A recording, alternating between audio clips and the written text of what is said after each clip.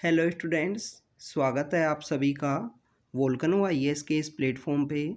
Students, इस video के अंदर हम बात करेंगे काकतीय डायनेस्टी के बारे में और उसी डायनेस्टी के द्वारा बनाए गए एक काफ़ी इम्पोर्टेंट टेंपल रमप्पा टेंपल के बारे में। जो भी इम्पोर्टेंट फैक्ट एंड डाटा हैं उनके बारे में हम यहाँ पे डिस्कस करेंगे।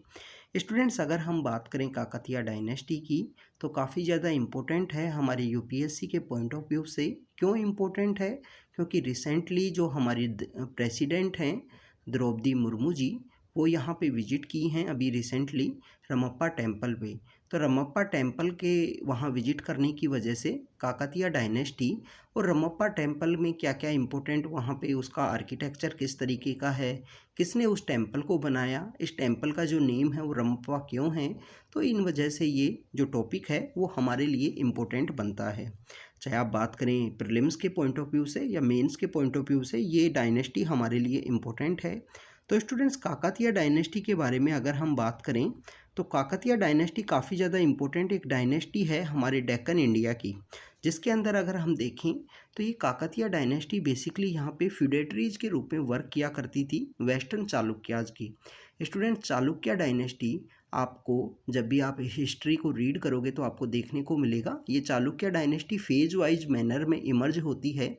जब ये कमज़ोर कुछ समय ये कमज़ोर होगी, फिर ये पावर में दोबारा से आएंगे। इस वजह से जो चालुक्य डायनेस्टी है इसको ईस्टर्न चालुक्य, वेस्टर्न चालुक्य के नाम से जाना जाता है।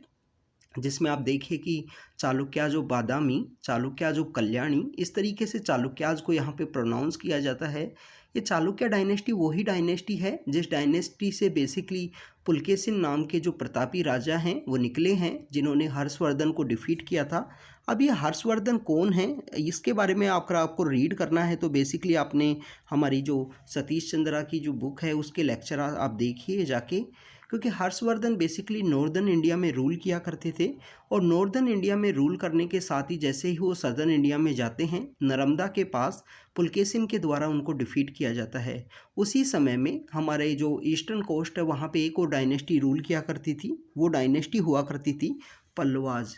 जिन पल्लवाज डायनेस्टी के साथ में के द्वारा काफ़ी सारे जो ब्यूटीफुल जो टेम्पल्स हैं वो कंस्ट्रक्ट किए गए हैं। इसके बारे में आपको पता होना चाहिए कि ममल्लापुरम नाम की भी एक जगह है जो उसी पल्लवा डायनेस्टी के द्वारा कंस्ट्रक्ट की गई थी, जहाँ पे इंडिया और चाइना की जो सेकंड इनफॉर्मल समिट है वो वहाँ पे वो ऑर्गेनाइज की गई। तो स्टूडेंट्स, अगर हम बात करें जो चालुक्य डायनेस्टी है उसके फ्यूडेटरी हुआ करते थे काकतीय। फ्यूडेटरी मीन्स द छत्रप जो हुआ करते हैं। अब ये छत्रप किस तरीके से रूल करते हैं, आप भी अगर आप प्रेजेंट कंटेक्स्ट में देखिए कि कोई भी अगर दिल्ली की जो सत्ता के ऊपर बैठता है तो उसके कुछ छत्रप होते हैं। कोई वहाँ पे राजस्थान को देखता है, कोई हरियाणा को देखता है।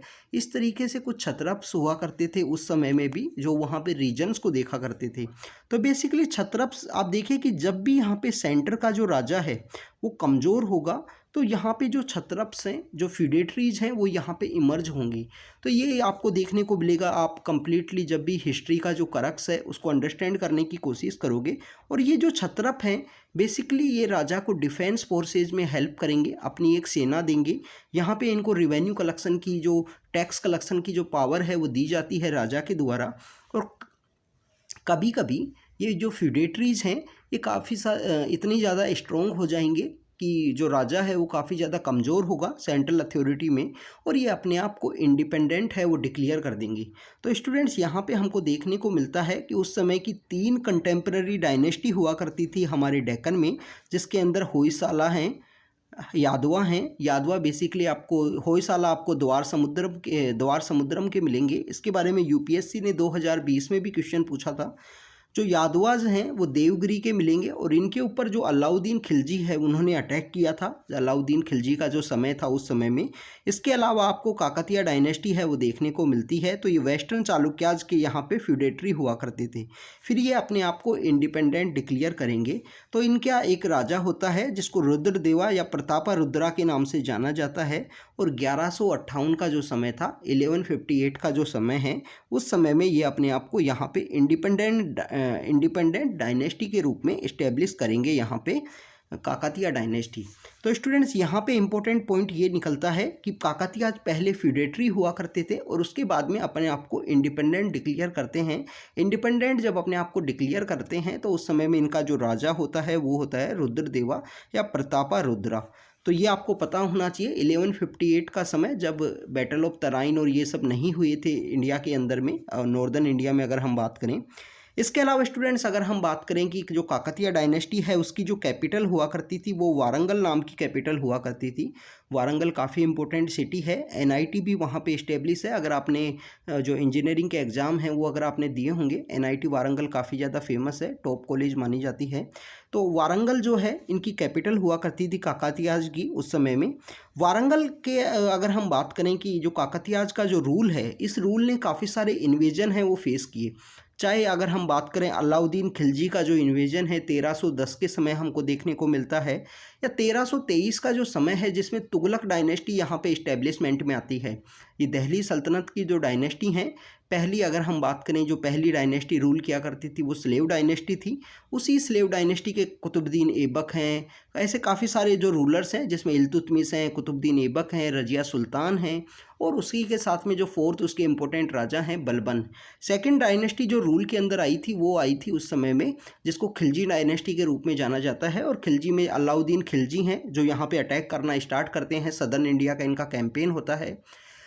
जब खिलजी डायनेस्टी का यहाँ पे डिक्लाइन होता है अलाउद्दीन की डेथ के बाद में, तो अलाउद्दीन की डेथ के बाद में जब खिलजी डायनेस्टी का डिक्लाइन के बाद में यहाँ पे नई डायनेस्टी जो दिल्ली के अंदर पावर में आती है, उसी डायनेस्टी वहाँ पे होती है तुगलक डायनेस्टी। और ये तुगलक डायनेस्टी ने काफ़ी लंबे समय तक रूल किया था। इन्हीं का एक राजा हुआ करता था मोहम्मद बिन तुगलक। बट मोहम्मद बिन तुगलक का जो टाइम पीरियड है वो डिफरेंट है। यहाँ पे जो इन्वेजन का जो टाइम है वो 1323 है। 1323 के समय में गयासुद्दीन तुगलक नाम का जो राजा है वो रूल किया करता था दिल्ली सल्तनत में। तो स्टूडेंट्स यहाँ पे जो इस्लामिक इन्वेजन है जो कंटिन्यू इस डायनेस्टी को देखने को मिला। इस डायनेस्टी के अगर हम ग्रेट रूलर्स की बात करें तो गणपति देवा नाम का एक रूलर है। गणपति देवा वही रूलर हैं जिनके द्वारा यहाँ पे जो रमप्पा टेम्पल है वो कंस्ट्रक्ट किया गया है। तो काकतीय आज के सबसे लंबे समय तक ये रूल करने वाले रूलर हैं, सबसे लंबे समय तक राज करने वाले राजा, जिन्होंने 1199 से लेकर 1262 का जो समय है, 1262 का जो समय है उस समय तक इन्होंने रूल किया है।